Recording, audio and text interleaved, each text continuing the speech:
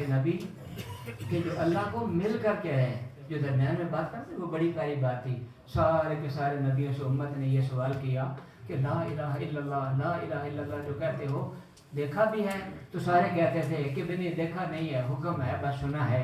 لیکن سرکار دو عالم صلی اللہ تعالی وسلم کے سامنے یہ جب سوال ہوا نا, بلکہ اس سے پہلے کیا کہتے ہیں کہ بھئی موسیٰ علیہ السلام نے اللہ پاک سے یہ سوال کیا تھا, رب ارنی انظر الیک, رب ارنی انظر الیک, کہ باری تعالیٰ میں دیکھنا چاہتا ہوں. قال لن ترانی, فرمایا کہ میں تو دکھا سکتا ہوں لیکن تو دیکھ نہیں سکتا. تو جب نہیں دیکھ سکتا اس کے بعد ایک سوال ذہن کے اندر پیدا ہوتا ہے, اور وہ سوال اپنے رب سے پوچھتے ہیں باری تعالیٰ اگر میں نہیں دیکھ سکتا ہوں تو کوئی تجھے دیکھ بھی سکتا ہے؟ تو جواب آتا ہے, وہ جواب بھی ایک شعر کی صورت کے اندر ہے کہ نہ تیری آنکھ دیکھے نہ چشم انبیاء دیکھے. اے موسیٰ نہ تیری آنکھ دیکھے نہ چشم انبیاء دیکھے, مجھے دیکھے تو اے موسیٰ, مجھے دیکھے تو اے موسیٰ. وہ شعر کس طرح مکمل ہوتا ہے کہ بلا مجھے دیکھے تو اے موسیٰ نگاہ مصطفیٰ دیکھے. مجھے اشعار زیادہ آتے نہیں ہیں لیکن جب وہ جذبہ آتا ہے تو پھر وہ چیز نکل آتی ہے. نہ تیری آنکھ دیکھے نہ چشم انبیاء دیکھے, مجھے دیکھے تو اے موسیٰ نگاہ مصطفیٰ دیکھے. اور نگاہ مصطفیٰ دیکھ کر کے یہ اللہ پاک کو, اور اللہ پاک کا حکم ہمارے پاس لے کے آئے ہیں. اب ہمارے پاس کون سا عذر رہ جاتا ہے, کون سا ایسا ایکسکیوز بن سکتا ہے ہمارے پاس کہ ہم سرکار دو عالم صلی اللہ علیہ وسلم کی غلامی سے سرکار بھی کریں؟ نہیں کرنی چاہیے, بلکہ ہر وقت ڈرتے رہنا چاہیے. ایک تو اللہ پاک کی رحمت کے بھی امیدوار ہیں, نبی پاک صلی اللہ علیہ وسلم کی شفاعت کے بھی امیدوار ہیں, اور دوسری طرف آخری بات عرض کرتا ہوں, نماز کا ٹائم ہے.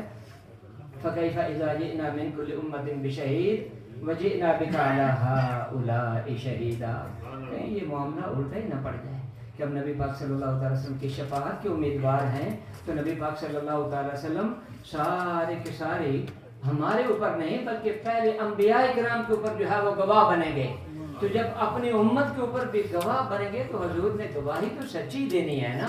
صرف زبانی کلامی جمع خرچ کیا کرتے تھے یا کچھ عمل بھی کیا کرتے تھے, کہیں یہ نہ ہو کہ اس وقت حضور کی جو گواہی ہے خیال کریں ہمارے خلاف نہ ہو جائے, کہیں گلے نہیں پڑ جائے.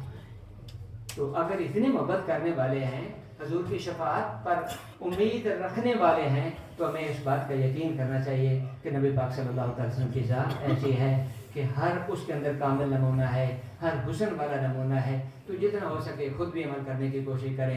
اسی طرح مسجد کو باہر رونق رکھیں, مسجد کو آباد رکھیں, اور دل سے دعا نکلتی ہے جو مسجد کے پہلے مہربان, خصوصاً جو مسجد کے بانی ہیں محترم حاجی محمد نذیر صاحب, مرحوم مغفور, اللہ پاک ان کی قبر کو روشن فرمائے, اور ان کے ساتھ جتنے ہمارے بزرگ پہلے ہمارے ساتھ ہوتے تھے اب نہیں, اللہ پاک ان کی قبروں کو بھی روشن فرمائے. اور جو ابھی مسجد کی آباد کرنے کی کوشش کرتے ہیں, آبادی کے اندر کوشش ہیں, محترم حاجی محمود صاحب ہیں, حاجی سلیم صاحب ہیں, آج پاکستان تشریف لے گئے ہیں, حاجی عبدالوحید صاحب ہیں, اپنے بھائی اجمل صاحب ہیں, جتنے بھی ساتھی ہیں سب حضرات کا نام لینا جب ممکن نہیں ہوتا. تو مسجد کے معاملات یہ اسی طرح طے کرتے ہیں کہ جس طرح اپنے گھر کے معاملات سے بھی بڑھ کر کے جو ہے وہ کوشش کرتے ہیں مسجد جمعہ کے لیے تیار کرنی, آگے ہر وقت پروگرامز کے لیے جو ہے وہ تیار کرنی. مجھے کچھ نہیں کرنا پڑتا. بہرحال ان سب حضرات کا بہت بہت شکریہ جنہوں نے اس پروگرام کا کیا کہتے ہیں بھی انعقاد کیا, اور جنہوں نے مالی طور پر دامے دل میں قدمے سبرے جس طرح بھی اس کے اندر حصہ ڈالا. اللہ پاک سب حضرات کا وہ قبول و منظور فرمائے, اور اللہ پاک ہماری بخشش اور نجات کا ذریعہ بنائے, اور اسی طرح اللہ پاک ہمیں توفیق دیتا رہے,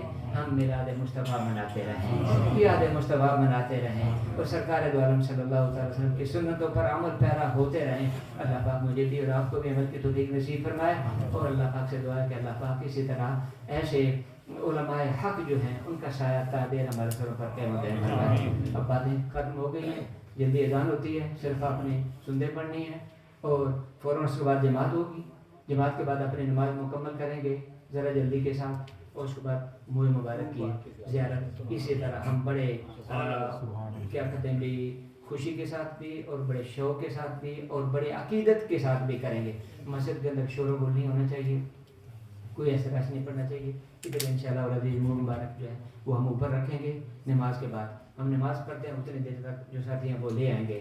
تو اس کے بعد اسی طرح حاضر ہو کر کے درود و سلام پڑھتے پڑھتے باپو جو انشاءاللہ اس طرف جو ہے وہ نکل جائیں گے، پھر اوپر والے ہال کے اندر جا کر کے دعا بھی ہو جائے گی اور ادھر انشاءاللہ لنگر جو ہے وہ بھی ہو جائے گا۔